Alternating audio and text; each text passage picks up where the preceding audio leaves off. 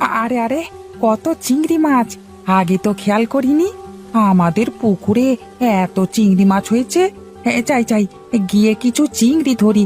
হ্যাঁ, রাতে বউকে বলবো কচুর লতি দিয়ে চিংড়ি চচ্চড়ি করতে।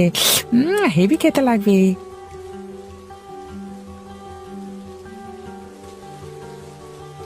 বাবা, বলছিলাম কি, এখন হোটেলে না গেলে হয় না? না বৌমা, তার কেমন করে হয়? এইভাবে বাড়িতে বসে থাকলে তো সংসারটা চলবে না।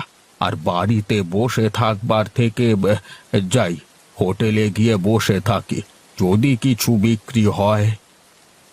আচ্ছা, যাও তাহলে, তবে সাবধানে যেও।